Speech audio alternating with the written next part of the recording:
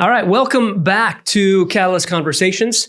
We continue our conversation on the topic of For His Glory and what is happening in the parish and what's going to be happening in the next few months. And so one of my good friends, Chris Lodriguss, is joining me today from World Prayer Tabernacle.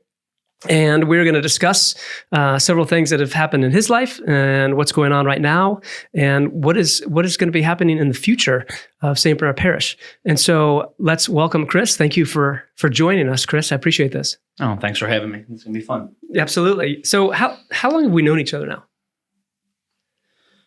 I met you at those early Unity prayer meetings whenever you first got in or whatever it first started. I was doing music for them, helping with the music. I met you then probably resurfaced again with when St. Bernard Christian was first getting started. That's probably when we first met the most frequently. No, you missed a spot. I missed a spot. Yeah. What did I miss? Driven. You're right. Yeah, we worked together in Driven for a couple of years, 3 years maybe, doing that. Yes. You had been doing Driven for how long before that? Driven unofficially started, I guess you could say Driven started in 2016. I had been in the school since 2012. Great. So let's rewind a little bit because how many people actually know what Driven is? This is true. And so if people are listening all over the St. Bernard Parish, I want to explain, I want you to explain, since you were probably the driving force behind Driven and getting that off the ground. So long story short, in 1984, President Reagan passed an equal access law, which states that if one student-led club is allowed access into the school to meet regularly, any one student-led club can do the same. And through that, all across the country, you have things like a Fellowship of Christian Athletes, Next Gen, different things like that pop up on the schools. And so Next Generation was in St. Bernard Parish for years. When I was in high school, it was called Youth Alive. It was a different organization, wasn't Next Gen. Then Next Gen got in. Then I got involved in 2012, and then not long after that, again, above my head, I'm not sure what happened, but Next Gen was no longer there. And then there was a group called Urban Reach. That also kind of fell apart a little bit. And then a couple families from the Tabernacle just paid for pizzas once a week, and we kept it going a little bit until Don DePlanche and Charles Cassar got involved, and Driven existed. Basically, it's a lunch club that goes in and meets with students, brings lunch once a week, and talks about life issues from the faith perspective, shares the scripture, and points people to Jesus, but not in an overly beat you over the head with the Bible type of way, and really gives students an opportunity of an outlet to reach out when they need help. And the conversations that I've had with students, I'm not nearly as involved as I used to be because I'm not youth pastoring anymore, but the conversations I've had with some students after lunch are absolutely mind-blowing what some of these kids face. And that was, 8-10 years ago. So I'm sure if anything, it's only gotten more hard to understand now. But so yeah, they're still going. When I was doing it, I got out right after COVID, turned it over to Jason Tucker Jr., not the football coach. Go Owls. And when I was doing, we were in 4 of the schools. And after COVID, when the lunches, they had to separate the lunches everywhere due to capacity issues and things like that. There's like 11 clubs now. We were doing like 4 or 5 when I was doing it. So it's more than doubled its reach. So the clubs, you'd go in, you'd give them pizza, but you didn't just give them pizza. You'd have a conversation about life, about God. It's based around life and then bringing in scripture to it. So every February, there's stuff on relationships. Mm-hmm. Because I don't know if you're alive, if you didn't make some type of really stupid decision involving a relationship when you were a teenager. Teenagers never may have that problem. I guess it stopped. Maybe in 2000 it stopped. I don't know. No, I made some stupid ones, so it could have been after that. But no, so it goes to relationships and how, you talk about making right decisions, making the right choices, not just treating people like pieces of meat and things like that. Right. So really talks about things that a teacher can't because they don't have time, and parents usually aren't. And so it just gives them an out. And some kids come just for the pizza, which is fine because they still hear the message. But I don't even know if there's a way to accurately measure the impact that is actually made, other than talking to the principals and the teachers of the schools that see the difference in the kids in other areas. Because we only get them for, I think it's like 40 minutes, 35, 40 minutes. Yeah, 35, I think, yeah. There's not much time at all. Right. Yeah, which is difficult because one of the things that I got involved early on as a board member, and so I wasn't in the schools the first couple of years, more so on the outside and at the table, just kind of overseeing. I was able to, because I was in youth ministry as well. I don't know if you knew that. So I was in youth ministry for almost 20 years. And so when I was in Phoenix and then moving here, my first job here, when I came here after Hurricane Katrina, I mean, I had to deal with 20-year-olds. And so I had, 16 to 18, 20-year-olds that were interns for me. And so that was a different transition from high school student to now college student, right? It was a little bit different. Was just as dumb, just more money. Yes.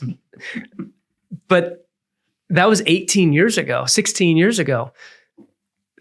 The things that students are going through today, right, I think are even harder and more difficult and more confusing than ever before. Agreed. And I just had my two sons went through high school. They just graduated 2 years ago and 3 years ago. And now I have a daughter that's in 8th grade. Mm-hmm. And so like I got to see them go through it.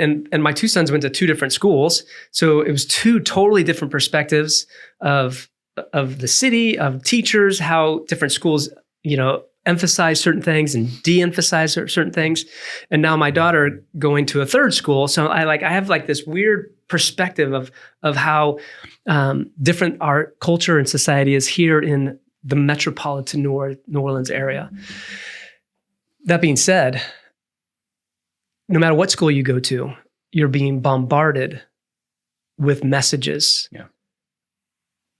on social media that how as a pastor, as a youth pastor, as a parent, how do you work through that? How do you deal with that? One of the things so this year, if my math is correct, this year makes 25 years that I've been involved in youth ministry in some fashion. Mm-hmm.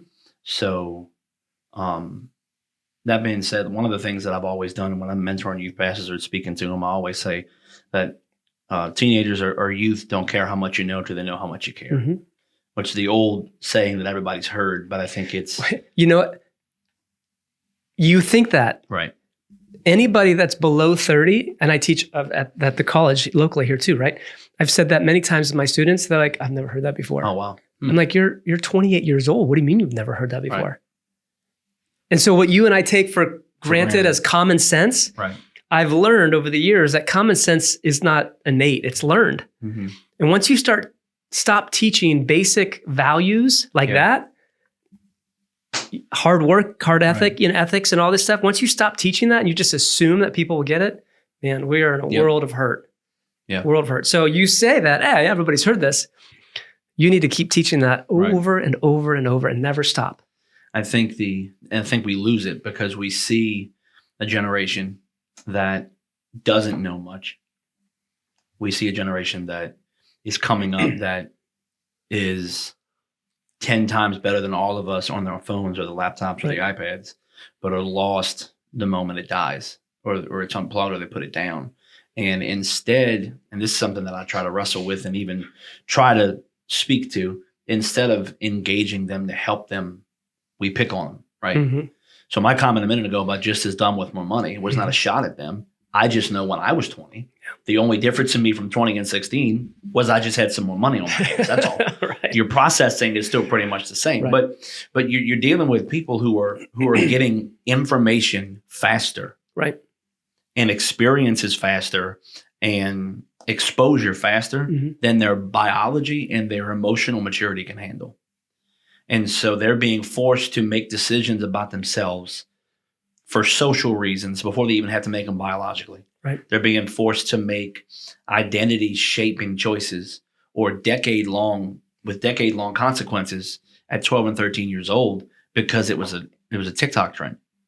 And we're not doing the best job as a society as like holistically of engaging them. Right. One of the best things I've ever seen is a church youth pastor came out every year on March. I do a youth pastor intensive. It's been in Orlando the past couple of years, and our network guys come, and some outside, but they come. We just work with youth pastors or the college age student leaders and just help them process and deal with problem solving and how to think and raise student leaders. Just a really great time.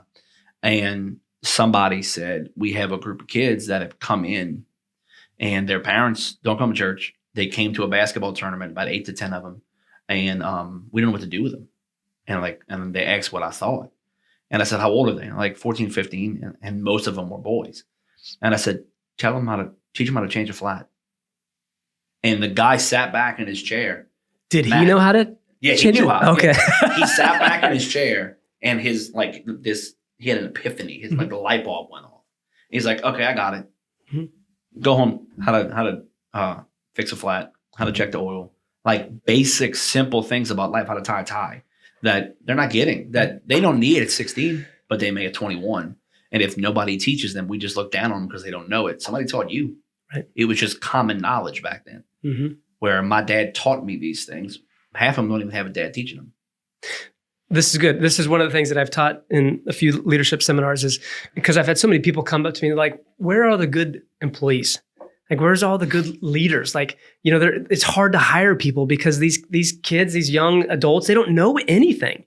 And what I've had to tell a lot of these people and teach for a while now is that whose responsibility is it? Is it the kid's responsibility who doesn't know anything? Or is it now the employer's responsibility to now teach these kids, these young adults, how to become adults? Where we used to take for granted, you should already know this. Right. So the responsibility now lies on the employer. Your job is now you have to become a better leader. Yep. A more holistic leader. Yes.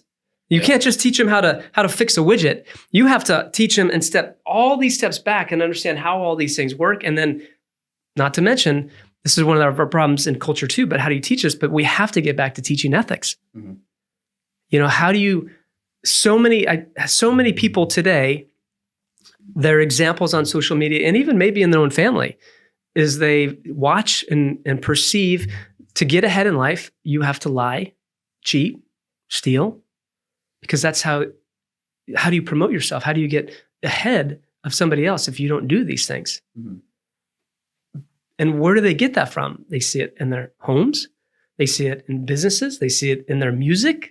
Yep. I mean, gosh, look at what's going on now with, I don't want to say the name, but in the music realm, it is promoted as this is how you get ahead in life. And most of that stuff is from back when I was a teenager. Yeah. Right. So I'm 37. So you're talking 20 years ago, I'm a senior in high school. Mm-hmm. My 20th reunion is in May, that's moment of silence, please. But so most of the stuff that's coming out was, started 10, back then. 15 years ago. Yeah. When it was at its peak. Yep. So I can only imagine, where that stuff is going now and how much more spread out it is. Absolutely. But no, I think we've got to get back to fathering people, mentoring people, stepping in when people need it.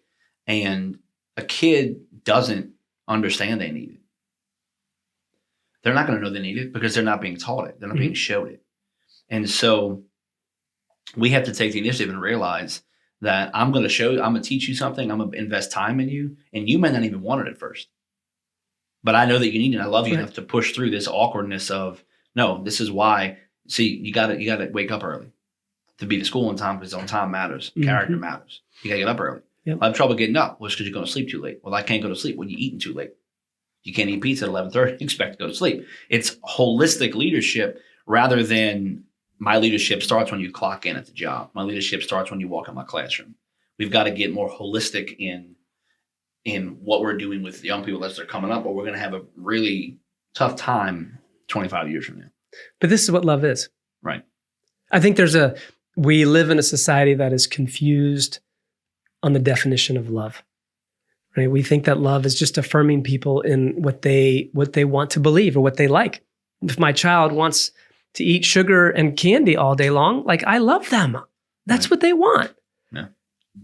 But no, my mom was like, no, throw the sugar out. We're going to have celery and carrots, and we're going to have some apples and peanut butter.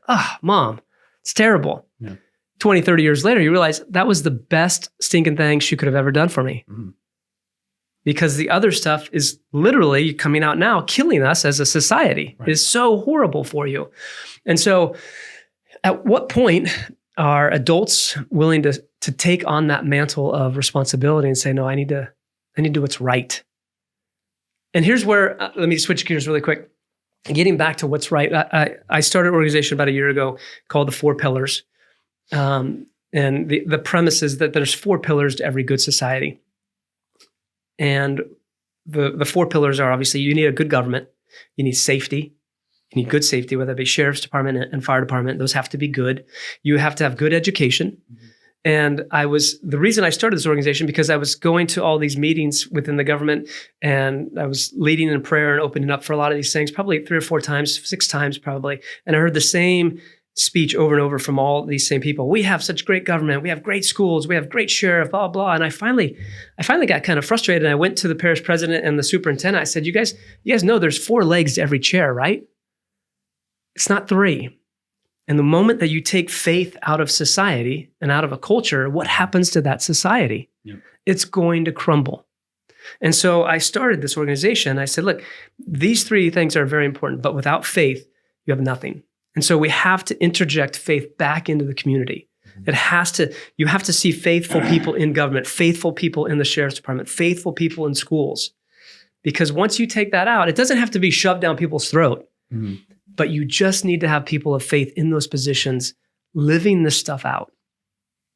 Otherwise, your society will, and we've seen this all over, right? So many pockets of places where you have, well, we could go on a lot of statistics. Right. I don't need to, but that's the premise. And so one thing that I'm passionate about and why I'm doing this podcast and some of the other things that we're working on together is we have to find a way to collectively come together as leaders to be willing to work together to interject faith back into the lives of community. Mm-hmm. And I believe that St. Bernard Parish, there's a lot of things you can pick on St. Bernard Parish, but one of the things that I love about being here, moving from Phoenix, Arizona, a population of, 6 million people, is I really like this small town. Mm-hmm. I get to know so many people here, and it's great. And I can befriend people, and I can encourage people, and I can love people, and I know their names and I know their faces, and I see them at a lot of the events that we partake in and go to. Yeah, that's a beautiful thing. But also, because of that, we have an opportunity to influence a small community, right? Unlike a large city. Mm-hmm.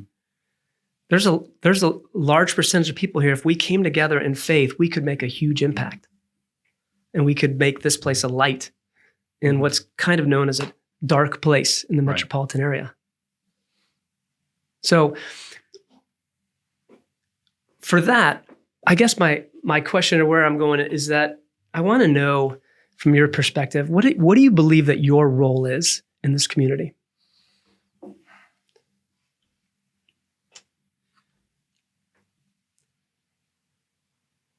See, this is why I wanted the questions. I know.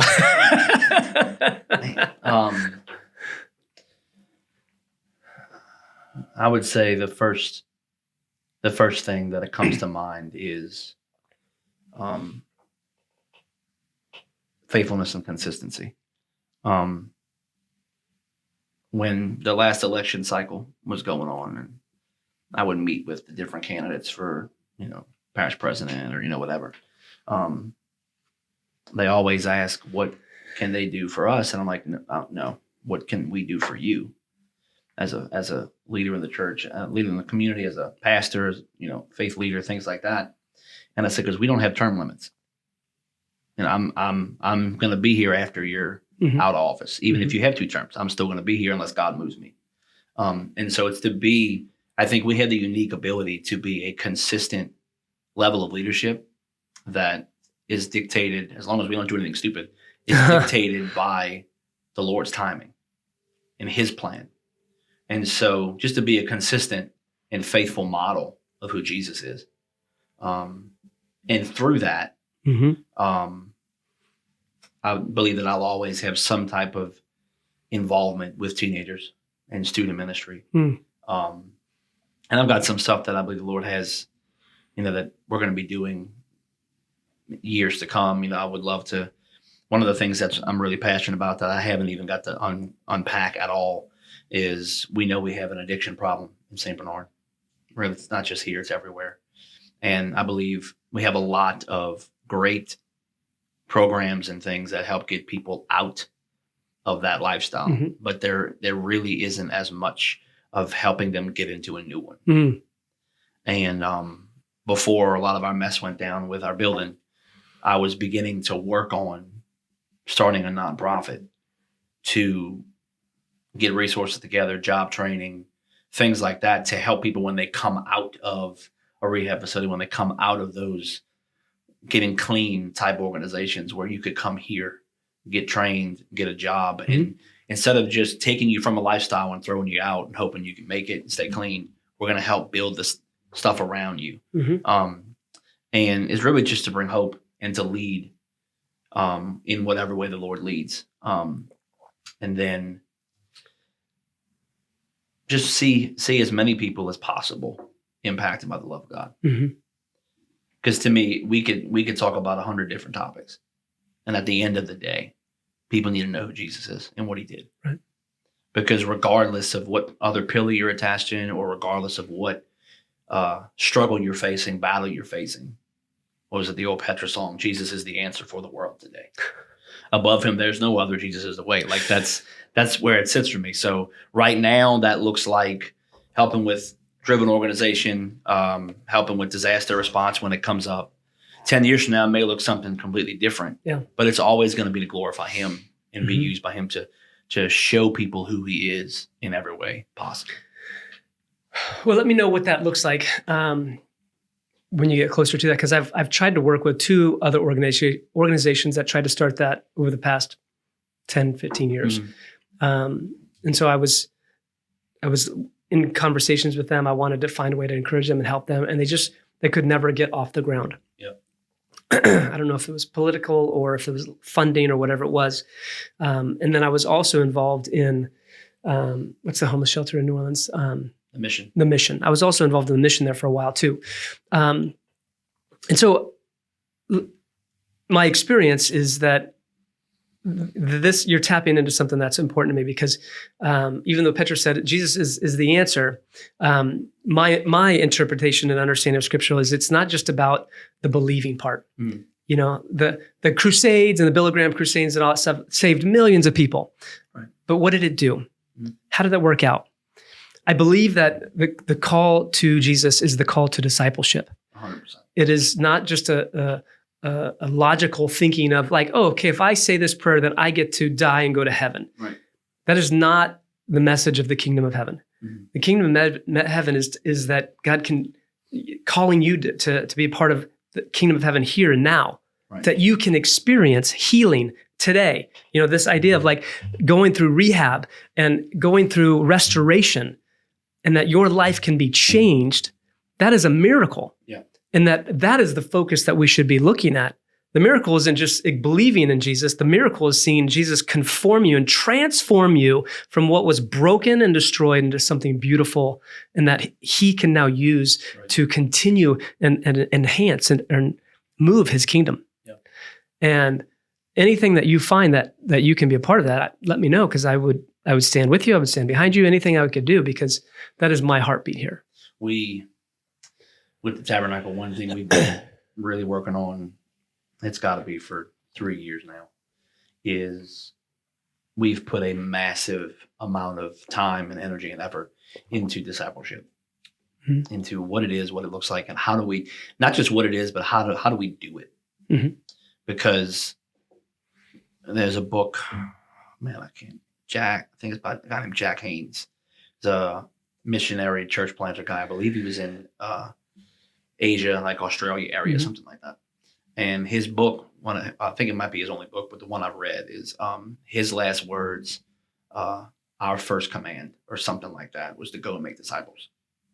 And he says how in the book he makes the strong distinction that somehow we took go and make disciples is to go and win souls. Right.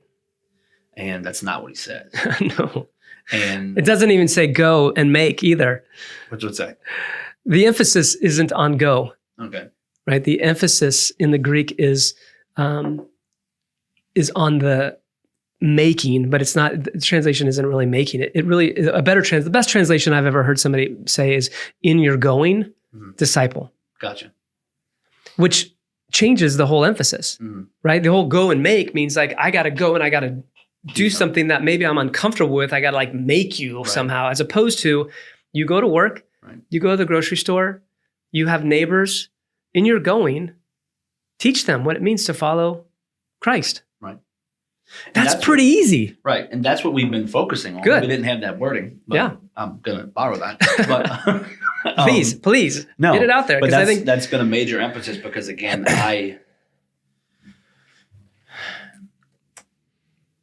not bringing up names, right? But over the last, several months of this year, we have seen more than our fair share of high profile ministry failures. And I heard a pretty influential leader 2 years ago say that he believed the age of the megachurch was going to be ending. Well, I've been saying that for several years. If you go to Europe, have you been outside? I've been to Europe. You got to go with me one of these years. Whether it be, I'm going to start putting together some trips to Italy and to Israel. And I want people to get out of this space because once you go to Italy, which I just came back from, and you start walking through these massive basilicas, they're huge. And two things you notice: the amount of time and energy and money spent by people to glorify God in these buildings is awesome. And then the other thing you look at is you recognize that nobody's in here. That basilica is really now just a museum. Right. And so what I've been saying for several years now is if Europe is ahead of us and history repeats itself slightly, in rhymes, it doesn't repeat exactly. What are these massive mega church buildings going to become? Yep. I mean, I was a part of one. I know the millions of dollars that was spent to build, a 5,000 seat auditorium. And, I've seen, my family is still part of it. And I still love the church I come from in Arizona. It's 50,000 people. There's more people in attendance there than are where we live. That's wild. Right? That's so crazy. It's crazy. But I wonder what will happen in 10 years from now. Yeah. Will this still be here? And if as the church, if we're allowing people to believe incorrectly that my attendance and my adherence to societal norms in this context is what Jesus died for, we're failing at a scale that I don't know if be compared anywhere, any other failure in history. Because it's living for him, living with him, and then living for him. Well, you just explained, and this is an American thing, but this is a Western thing. You just described the Western perspective of success. Now, the Bible is an Eastern document, not a Western. Right. West, we believe success is what? Based on achieving numbers or goals or the most amount of whatever wins. I mean, there's this idea that success means X. Right. In the Eastern perspective, how many people did Jeremiah win to the Lord? Right. What happened to the disciples? How many mega churches did they build? Right. How long were their ministries? Yeah. Did they retire in the sunset? Right. No, they all died horrible deaths. Right. But we've misconstrued what success is because of our Western worldview as opposed to a biblical worldview. I was talking to somebody this morning, this conversation I've been having just really internally and just with a few people on the difference between what I'm calling kingdom growth and church growth. Great. And how we've got to stop quantifying how healthy our ministries are, how successful we are by church growth.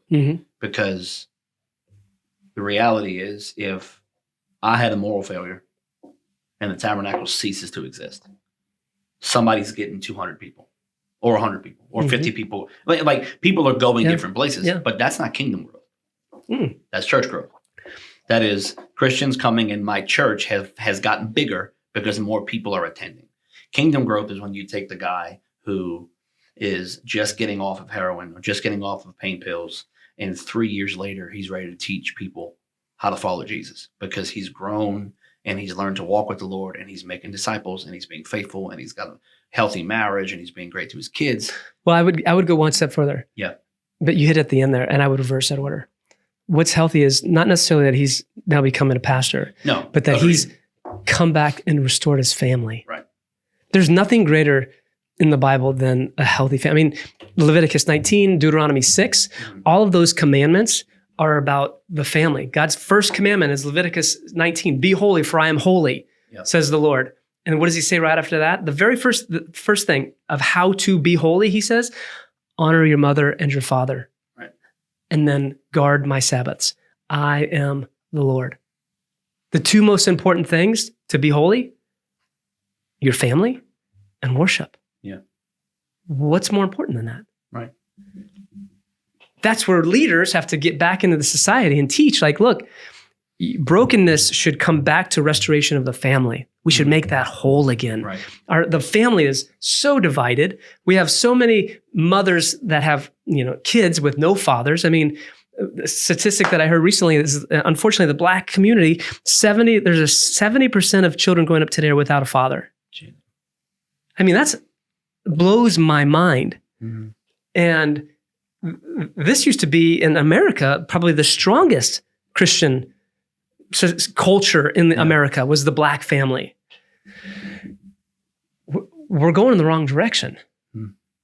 And that's why, once again, the 4 pillars, right? You take this pillar out of society and it collapses. Right. So because the other 3 aren't meant to hold the weight. They can't. They're not, they in and of themselves, even collectively, they can't. No. Because they're the only one, which is why, to me, at the end of the day, back to what is my role, is to point people to Jesus. Because it's the only thing that transcends every single area of your life, regardless of what that walk of life is. Successful, downtrodden, he's the only one that reaches high and reaches low. Amen. And that is relevance.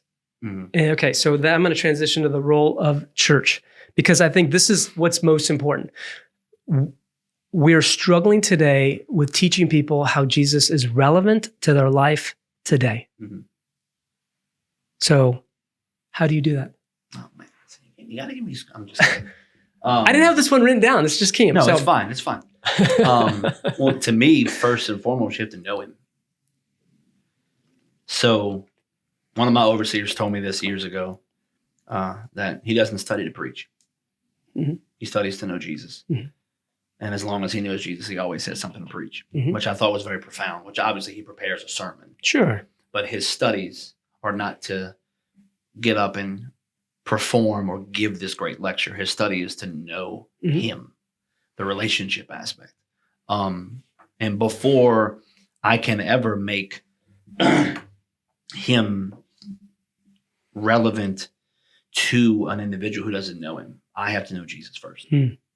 Because he's going to give me the ability Mm-hmm. to make the connection to that person. I find I agree that the church is struggling to do that. And because we're struggling so bad, I read something recently that 8% of Christians have a devotion life, any type of consistent Bible reading or prayer life. Yeah, I've read something And similar to then, that. Mm-hmm. If I remember correctly, I believe it's 2 of every 7 pastors. It's the same statistic. People who are in the pulpit weekly. I wouldn't doubt that. It's the same level of consistency. And so what we've done, instead of making him taking people and saying, listen, I'm going to bring Jesus to you and I'm going to show you who he is. What we're doing is we're taking people where they are and conforming Jesus to fit them, rather than bringing him to them and saying, hey, you need him. Mm-hmm. You need to conform your life to his. And because we don't know him, and because we were just talking a minute ago about the success is growth in numbers and size, we are entertaining people rather than edifying people and building people up. And we're missing the call in general. So to answer your question, I don't want to be one politician doesn't answer the question. How do we do that? I have to know him first, and then I have to know you. I've got to have a relationship with you. As a pastor, I'm not going to know everyone in the tabernacle to the same length because I don't have that time. Mm-hmm. But I have to know them. Yep. I have to know my people. I have to know what they're dealing with. Right. Because when I was younger, I used to think that everything I taught had to come like revelation from the Lord. Every sermon had to be like this light bulb in prayer. And that's not the case because I know him. He knows me. And I know my people that he's given me charge over, given me a responsibility to care for. And so, and so I can look and see what we're dealing with. I can see what society is dealing with. And I think that we are tasked with the job and the privilege of getting into people's lives, hearing their stories, and knowing enough about Jesus, knowing him well enough, not knowing enough about it, but knowing him enough to go, oh, this is how he fits you. You need him as comforter right now. Because one of my favorite things about him is he never shows up and forgets something at home. Like when Jesus shows up, all of who he is there. So, oh, this person needs peace. Oh, he's the Prince of Peace. This person needs joy. Oh, he's joy unspeakable. Right. And it's taking him and presenting that and communicating that to them in that time of need, or just and when the questions are there. But it's knowing him well enough and then knowing the person well enough.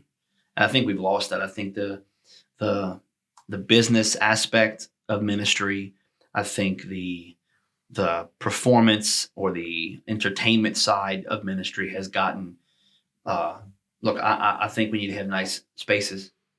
I think we're blessed that Christianity is legal, right? Like a lot of people talk about, right. A lot of people talk about how the early church, they never had buildings. Well, they couldn't. Right? Yeah. Like Paul couldn't have had a sanctuary, a 10,000 square foot sanctuary with a sound system. He'd been killed. Do I think that Paul wouldn't have wanted to use one? He probably would have enjoyed being able to use one every now and then, right? But I think we've lost it because we've been chasing church growth and not kingdom growth. Right. I would agree with that wholeheartedly. I would gently encourage on the second part. The first part I love. I agree 100%. There's a passage, several passages throughout the scriptures talking about that we are to know the Lord. And the Hebrew word there, I would encourage you to go in your studies, is yada. You know, if you've watched Seinfeld, yada, yada, yada, right? We have that idea of yada, but it's that they're using the real Hebrew word in that context, but they're just making fun of it in a Seinfeld way. But yada is a word that we think of as just know, like I know you. Yeah. But yada is much deeper than that. It's the same word that you use when Adam knew his wife. Yada, right? Yada is this deep, interpersonal, vulnerable, romantic word of relationship. You know, the idea of knowing God isn't just like, yeah, I pray to God, I know God. No, to know God is with all of the emotions that you have, with every fiber within you. To walk with him as though you are walking hand in hand with your wife down the street. That is to know God. So I agree with you. On the second part is I would, and I'm not saying what you're doing is wrong. I would just, my approach going back to the Matthew 28 passage of in your going, right? I agree with you 100%. You need to know these people. But I think sometimes in our overzealousness, of our faith, we want people to know Jesus so bad that you're hurting. Oh, let me give you a scripture. Oh, let me pray for you. And I give you this big, long prayer and let me lay hands on you. And people are like, you clearly don't know me. Don't touch me at my space. Right. Like, I know that you love Jesus, but you've already told me about him 100 times. Okay. I get it. I think in the part of the in you're going, I think connects with where Paul talks about in Ephesians 2 or 3, that we are to be this sweet smelling fragrance of Christ, right? And when I think of that, I have a bakery. Like what happens when people walk in to a room and they smell fresh baked bread? Right. They're drawn to it. And I think that's who we need to be as disciples. We need to be a people who, because of our love and genuine care and compassion and generosity, people want to have what we have, as opposed to us going and seeking and trying to give them what we think they need. They should be coming to us saying, why are you not worried right now? Right. Do you not know we're living in a crap storm? Mm-hmm. Why do you have so much peace? How are you so generous, but yet all of these things keep coming back to you? You like make this money and you're just giving it away all the time. Right. How does that work? Mm-hmm.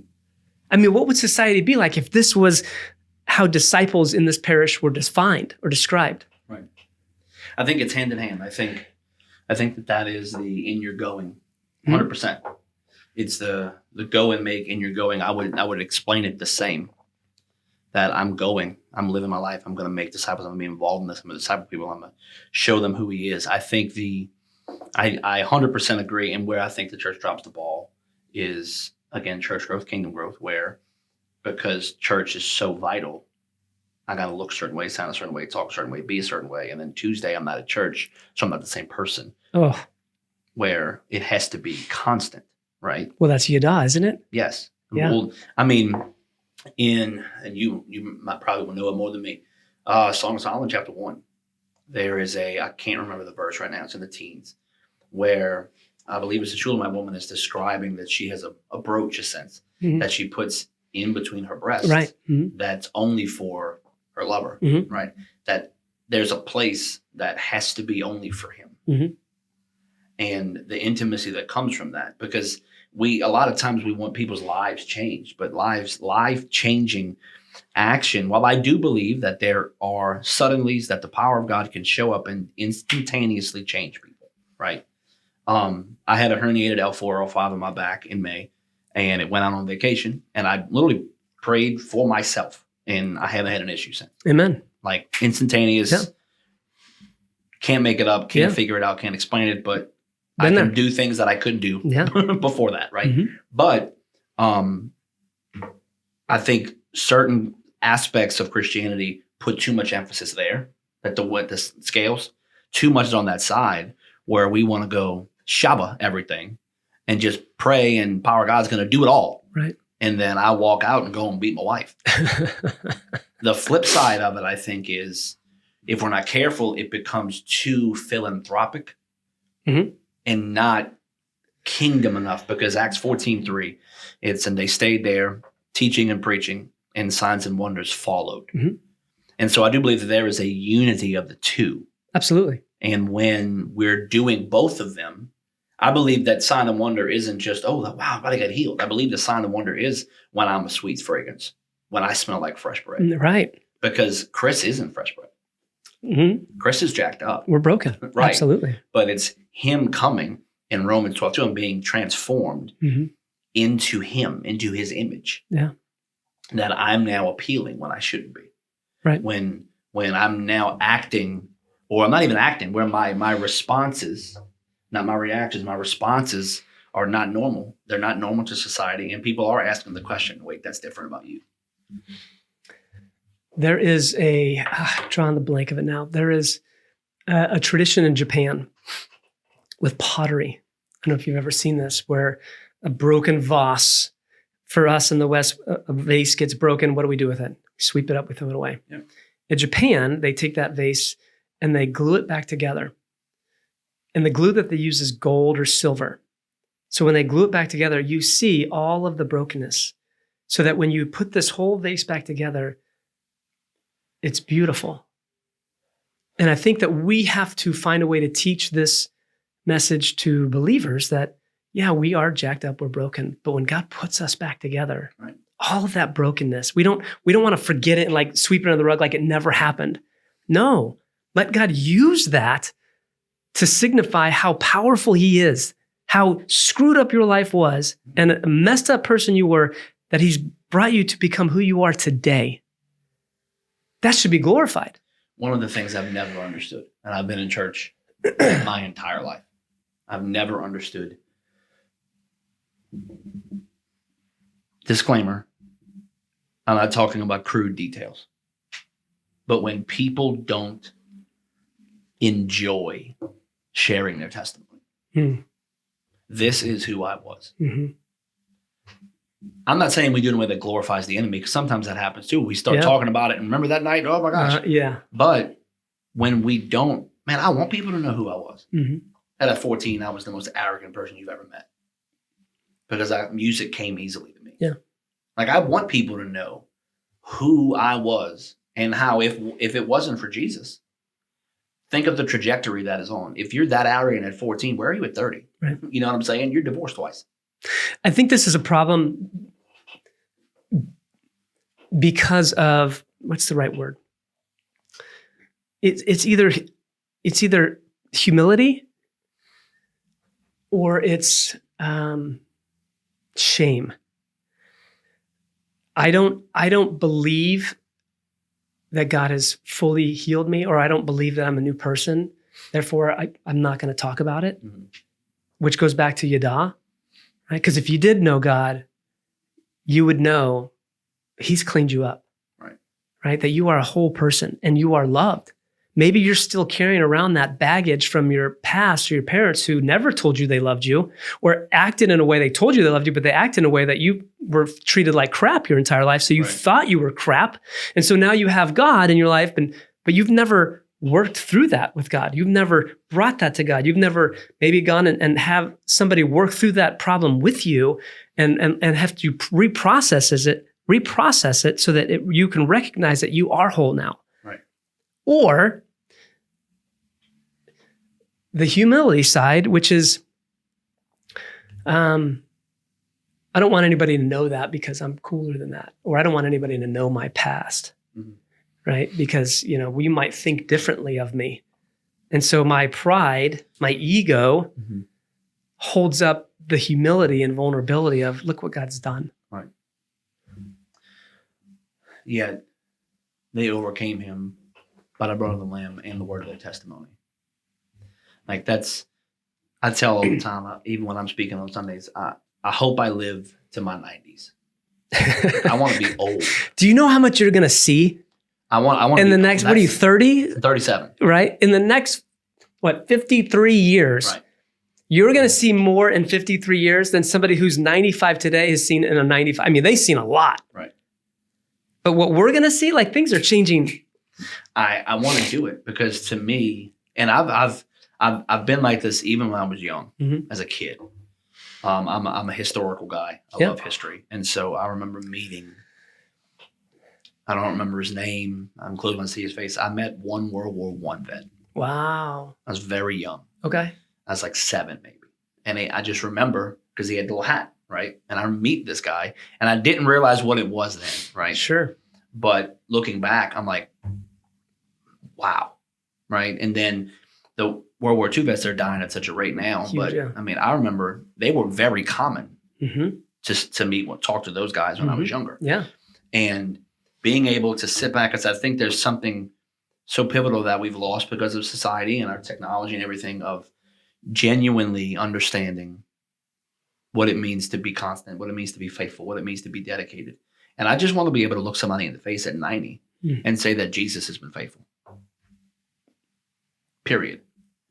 We could talk about all the stuff I went through, all the stuff he brought me through, and I'm 90, 95, whatever it is, and I'm still here, and he's still faithful. Yeah.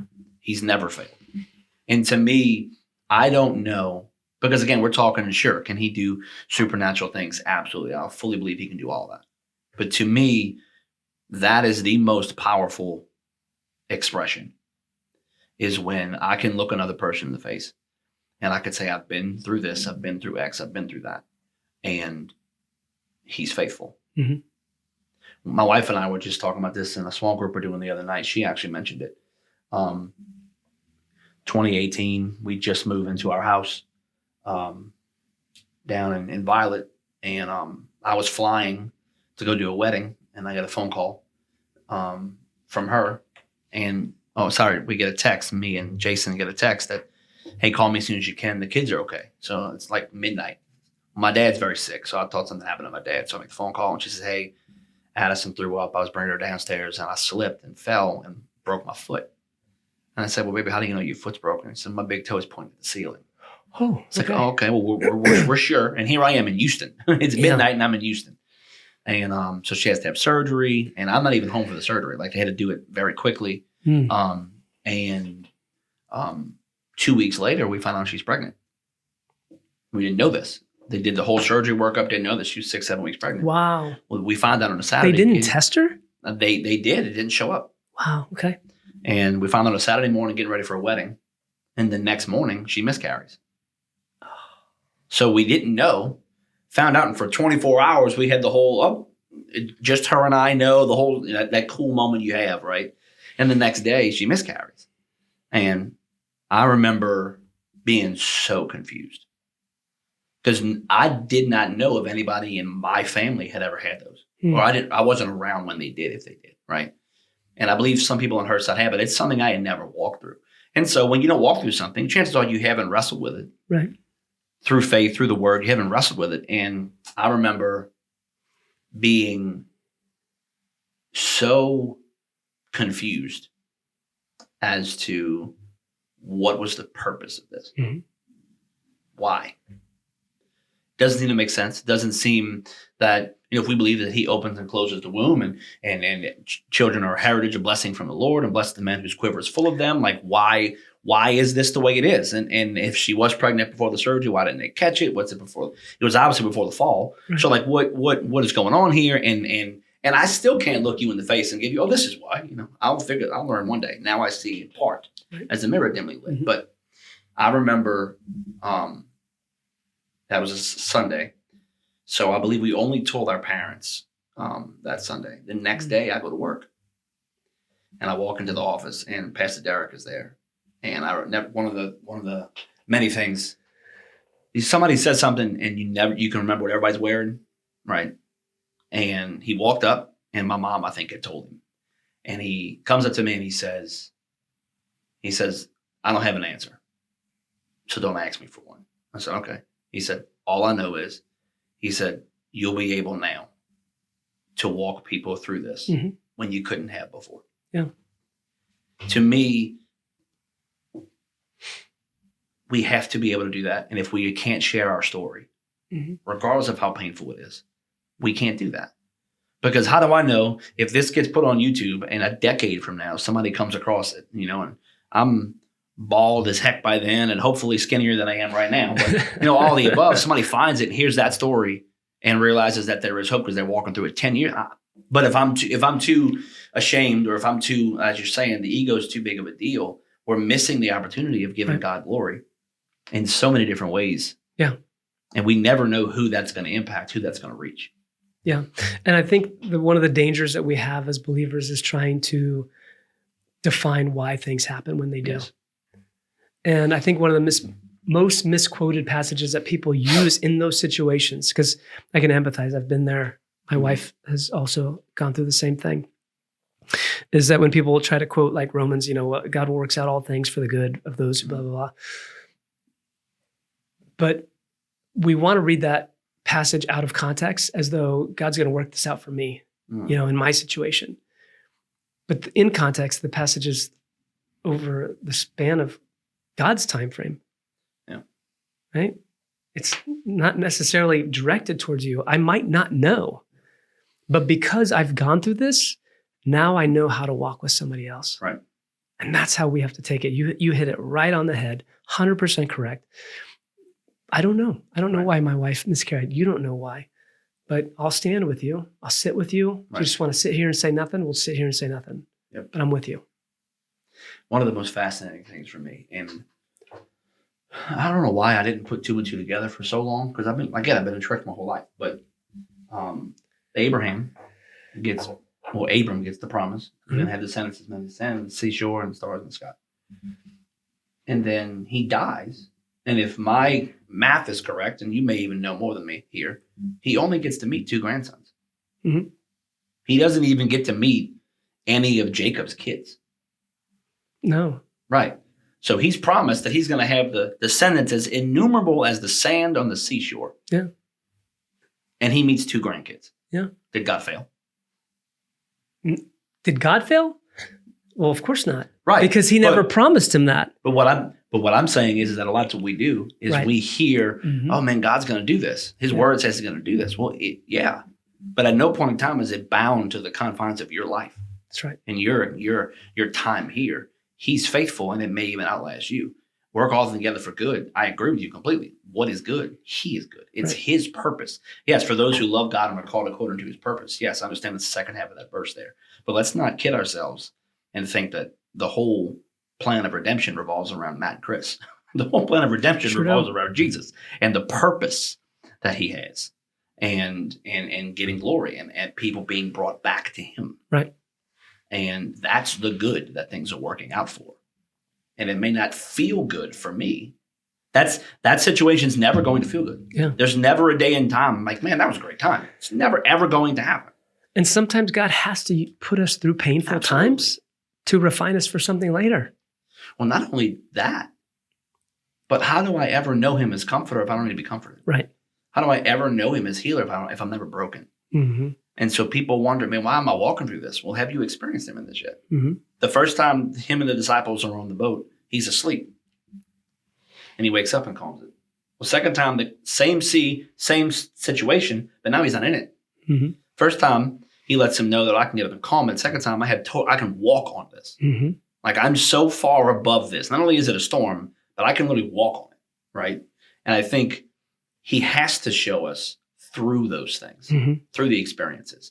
And I think bringing this back to St. Bernard, what I think why this is so important, why the 4 pillars and putting that 4th leg of the chair back in is so important, is because there are I don't even know if there's another community that can say it survived being 100% destroyed. Right. 100% destroyed. And nothing grieves me more than when I run into somebody who went through Katrina and allowed materialism to get back in. Mm-hmm. Because I'm like, that's the one lesson we all should have learned. That the stuff, sure, the memories and the nostalgia, we lost all our family videos. My dad put them high. We thought we were okay. We thought, yeah. He put them high, right? So like all the videos of the grandparents that are gone, we lost all of that. But other than those things, man, I had clothes again. I had a house again. I had a bed again. I had a vehicle again. And we let materialism stuff get back in. When we have an opportunity to stand up and be like, no, we lost everything. Everything was gone. Mm-hmm. So few people in our nation, in our context, can say that. We're not talking overseas where it's that happens more often or people can at least relate to it more. It's a very unique opportunity St. Bernard has. And I think that if I'm being completely objective, we have not done the best job of demonstrating that message of, you can come back from this with him.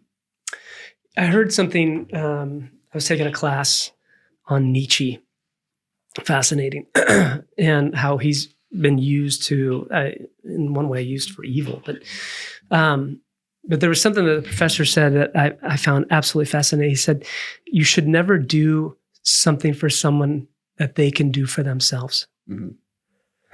And I've wrestled with this over the past few years because I came here after Katrina. 2005, I was here. 2006, we moved here. And in that time frame, we helped a lot of people. Mm-hmm. And I've gone through my own Katrina. Like in Ida, my whole house flooded. This whole building was destroyed, right? And so we had to go through the whole same process. And I wonder, we have a neighbor across the train tracks, on the other side of another city. How many people that could have or should have done something for themselves but didn't are now sitting back and still waiting for other people to take care of them. Mm-hmm. And I think that the same thing is true for us in this parish. Like we get lazy.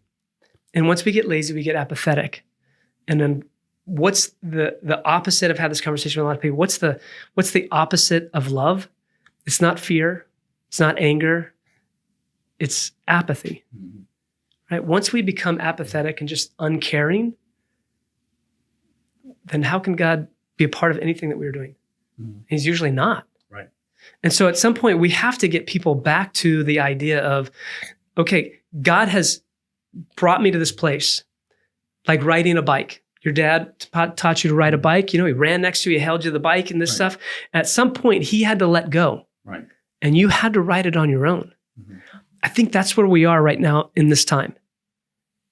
We have to tell people, okay, God's put you on the bike. He's taught you everything to do it. Now ride. Right. I think and I'm going to give you the last word because we got to wrap up. Yeah. So give me your last thoughts and we'll wrap up on this.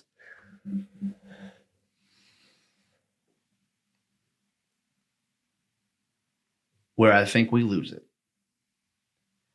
is I think that there are people who think they're doing that. They're running alongside the bike and letting it go. The difference is, and I remember, can I give you the quick story real quick? Yeah, please. You're the last word. We moved when I was younger. Neighborhood I lived in, never really, very busy street, couldn't ride a bike. So I didn't learn to ride a bike till I was 10 because I wouldn't have been able to ride it where I was. Okay. And so we move into the house. And I believe this is literally maybe 8 months before my grandpa passes away. So my grandparents come and live there in a corner, but they came over and we had just moved all our furniture in. My youngest brother, Cliff, was a newborn and my bike was in the backyard. And we're in the back and Grandpa's looking at everything and he sees my bike with the training wheels on it. And he doesn't look at me. He looks at my dad and he points at the bike and he said, "What is this?" So this boy's 10 years old. "What is this?" And he was mad at my dad that I'm 10. And he's like, "Well, Daddy," he said, No. My grandpa goes to the tool bench, gets the wrench, gives it to my dad, and said, "I got to go home and take my medicine. He needs to be riding by the time I get back." So that's how this starts. So literally, my dad's like, "Okay, so we're going to ride a bike today." So we take the training wheels off. We go in the front yard, and I'm on it, and I'm terrified because it was never something I was supposed to do. Right. And I was a scary kid. Uh-huh. I was not the one jumping off the roof for fun, right? And so my dad's teaching me, and of course I fell and I was struggling to do it. And you got to go fast to ride. You can't learn slow. You got to get some speed going. And we were struggling with it. And finally I got it going. And he had taught me, and that's my turn. We're moving, right? Right. What I remember the most though is not that he taught me, did all this and helped me set it up and then let me go. Is as I'm riding down the street, my grandpa turns the corner and he's coming to me and he sees me and he lets go of the wheel and he's fist bumping and he's cheering. And when I turn around to go back to my parents, they're all cheering. If we're not careful, we're giving people information, we're giving people instruction, but we're not continually supporting them after the fact. And so we've got to make sure that while, yes, it's time to ride the bike, you've got to do something on your own. You can't wait for the government. You can't wait for these other pillars, even the church, to come do it for you. Mm-hmm. Jesus literally said, "It is finished." Mm-hmm. Right? And so but at the same time, I've got to make sure that I'm still in your life, cheering you on. Because a 10-year-old don't know how to ride a bike, that's failure. I didn't tell my friends. I refused to ride bikes anywhere. I don't want to ride today because I didn't know how. I was embarrassed, but nobody ever taught me. Mm-hmm. So we've got to be cheering people on. You have to be supporting them in that. And if I'd have wiped out, you did a great job. This is what you did wrong. Let's get back up, get you moving again. That's right. But I think a lot of times we're giving people the instruction or telling them, you should know how to do that. You got to take care of yourself. Yeah, you do. You know how to do it? Okay, great. Good job. Just checking on them again on the other side of it. And that's hopefully what, through this, we could start seeing that seep into the fabric of St. Bernard. Yeah. Because the community's incredible. There's nowhere else. I have a buddy of mine who, I don't know who's going to see this, right? I have a buddy of mine. He's a resident who says that St. Bernard is the sole redeeming quality of the state of Louisiana. He said if he didn't live in St. Bernard, he'd live out of the state. He said it's the best part of Louisiana, St. Bernard Parish. And he wholeheartedly believes this. Wow. And I agree that this is an absolutely phenomenal place. And if we can adjust a couple of these things, if we can get it to where faith is not the afterthought, it's not the, oh, COVID's here, let's call the pastors. It's where we're involved. We're not trying to make all the decisions, but we're just involved. And we're working together to move this thing forward to the best of our ability to see Jesus glorified. I feel like that's the way we should be heading. I feel like that should be our mission. Well, I do believe we're supposed to show people the love of Jesus. We're supposed to be a hospital for the broken. There's also an aspect that we were supposed to be an embassy, where when you come to the tabernacle, when you come to celebration, when you come to these different churches, that there is an aspect of the jurisdiction of heaven is here. When you come here, and not just the building, right, but by these people, this is a different citizenship. Yeah. And making sure that we're doing that intentionally, not just by happenstance. Well, that's the role of the word disciple, right? It's kind of like being American, and you go to Europe, like you go and people see you, oh, you're an American. Yeah. You know? Like you stand out, you're an American. There's something about you that you clearly are not from around here. Well, that's the role of disciples. Like there's something clearly different about you. And we have to I'm going to jump on that last thing. I thought that was a great explanation, that discipleship is not a class. Right. It's a journey that never ends. Correct. And whether you're learning and growing in your own faith, or helping somebody else, or being an ambassador, or being a nurse, or being a lawyer, or being whatever, in that moment, that's the role of a disciple. It should never go away. Right. You shouldn't put your disciple hat on and then take it off when you go to work or when you come home. It's who you are. And if we can get people to that mindset, this parish will shine brightly. So thank you, Chris. I mean, we got to like 2 questions that I had. This was awesome. This was very, very good. I appreciate the conversation. I think this was really, really good. So thanks for coming and doing this. Absolutely. We could do part 2 another time. Oh, I love it. I think we should do it. That'd be great. That'd be good. Okay, cool. Good deal. Sir, thank you. Absolutely.